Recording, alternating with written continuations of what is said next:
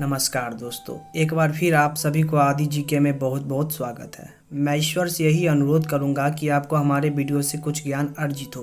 तो गाइज, आपसे यही आशा रखूंगा कि आप हमारे वीडियो को शुरू से लास्ट तक ज़रूर देखिएगा और हमारे वीडियो में जो भी कमी आपको दिखाई पड़ता है वो प्लीज़ कमेंट में हमें ज़रूर बताइएगा, ताकि अगली वीडियो में उस कमी को सुधार पाऊँ और काफ़ी बेहतर वीडियो आपके आगे प्रस्तुत कर पाऊँ। अगर आपको हमारे वीडियो से काफ़ी सीख अर्जित होती है तो प्लीज़ हमारे चैनल को सब्सक्राइब जरूर कीजिएगा, ताकि जब भी हम कोई नई वीडियो को अपलोड करें तो आपको पता चलते रहे। यदि आप प्राचीन भारत के बारे में कुछ जानना चाहते हैं तो पीछे कुछ वीडियो हम अपलोड कर चुके हैं, तो आप पीछे जाके देख सकते हैं।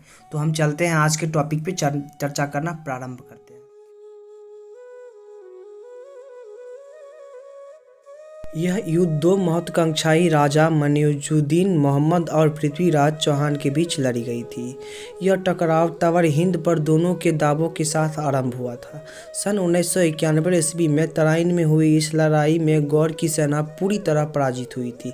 एक तरह से कह सकते हैं पूरी तरह तबाह भी हो गई थी। मोहम्मद गोरी की जान एक खलजी सवार ने बचाई थी। पृथ्वीराज अब तवर हिंद की ओर बढ़े और 12 माह के घेराबंदी के बाद उन्हें भी जीत लिया था। पृथ्वीराज ने बंगाल से गोरियों को खदेड़ने का प्रयास बिल्कुल नहीं किया था। शायद उन्हें लगा कि तराइन बार बार होने वाली तुर्क ढाबों जैसा ही एक ढाबा है और गोरी का शासक पंजाब पर राज करने पर ही संतोष कर लेगा। इससे गोरी को फिर अपनी सेना को व्यवस्थित करने और अगले भारत पर आक्रमण करने का काफ़ी अच्छा समय मिल गया था।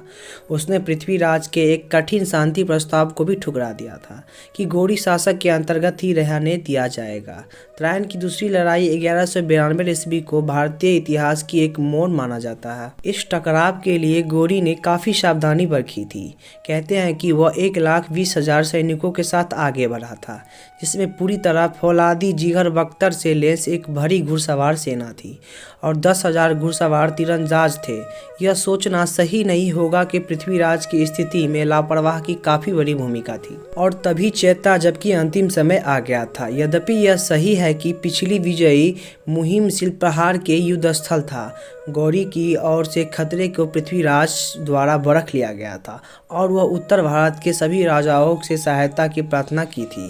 कहते हैं कि अनेक राजाओं ने मदद के लिए अपनी काफ़ी बड़ी सेना भेजी थी, पर कन्नौज का राजा जयचंद्र किनारा कर गया था। इसका कारण है जयचंद्र की बेटी संयोगिता का अपहरण था, जो कि पृथ्वीराज चौहान से प्रेम किया करती थी, पर इसे अनेक इतिहासकारों ने स्वीकार नहीं किया है। इस कहानी को बहुत बाद में एक रोमानी कथा के रूप में कवि चंद्रवरढाई ने लिखा और इसमें अनेक असंभवायक घटनाएं भी शामिल किया गया था। जैसा कि हमने देखा, दोनों राज्यों के बीच पुरानी काफ़ी बड़ी शत्रुता थी, इसीलिए जयचंद्र का किनारा कर जाना कोई आश्चर्यजनक बात नहीं है। कहते हैं कि पृथ्वीराज ने 3 लाख की फौज उतारी, जिसमें घुड़सवारों की एक बड़ी संख्या थी। हो सकता है कि दोनों ओर की सेनाओं की संख्या में अतिशयोक्ति हो। भारतीय सेना की संख्या संभवतः घुड़सवार सेनाओं की लड़ाई थी। तुर्क सवार सेनाओं को सर्वश्रेष्ठ संगठन, कौशल और उनकी तेज गति तथा अनेक घुड़सवारों, तीरंदाजों और भारी सवार सेनाओं के आखिरकार मामले का निपटारा कर लिया।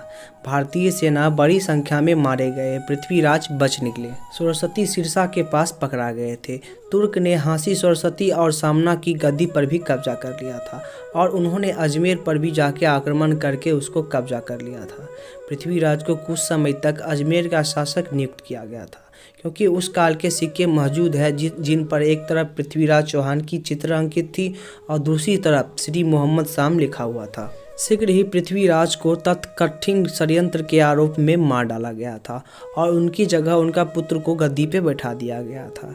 दिल्ली भी उसके तोमल शासन को वापस दे दी गई थी, लेकिन जल्द ही इस नीति को पलट दिया गया। दिल्ली के शासन को हटाकर दिल्ली को गंगा की वादी में तुर्कों में भावी अभियान के आधार बना दिया गया था। एक विद्रोह के बाद मुस्लिम सेना ने अजमेर पर भी कब्जा कर लिया। एक तुर्क शिल्पकार यहाँ नियुक्त किया गया था। पृथ्वीराज का बेटा रणथंभौर चला गया। वहाँ उसने एक नई शक्तिशाली चौहान राज की नींव डाली।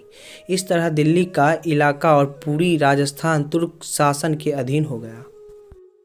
हाँ तो दोस्तों, आज की इस वीडियो में बस यहीं तक। आई होप हमारी वीडियो आपको काफ़ी अच्छी लगती है। पर मुझे एक बात का शंका है कि यह वीडियो काफ़ी गड़बड़ी मुझे लग रही है, क्योंकि जो हम टीवी सीरियल्स में पृथ्वीराज चौहान जी के बारे में जाने हैं और जो सतीश चंद्रा जी के बुक में पढ़े हैं, उन दोनों में काफ़ी अंतर लग रही है। बट आप ही बोलिए, हम शुरू से अंत तक सतीश चंद्रा जी के बुक से पढ़ के वीडियो अपलोड कर रहे हैं, तो क्या हम अभी तत्काल के लिए किसी दूसरे बुक का यूज़ कैसे कर सकते थे? इसीलिए सतीश चंद्रा जी के बुक में मुझे जो भी मिला वो उसे पढ़े और उसका वीडियो बना के अपलोड किए। अगर कुछ गड़बड़ी हो गई होगी तो इसके लिए हम 1000 बार सॉरी बोल रहे हैं। तो कल मिलते हैं एक नई जानकारी के साथ, तब तक के लिए बाय।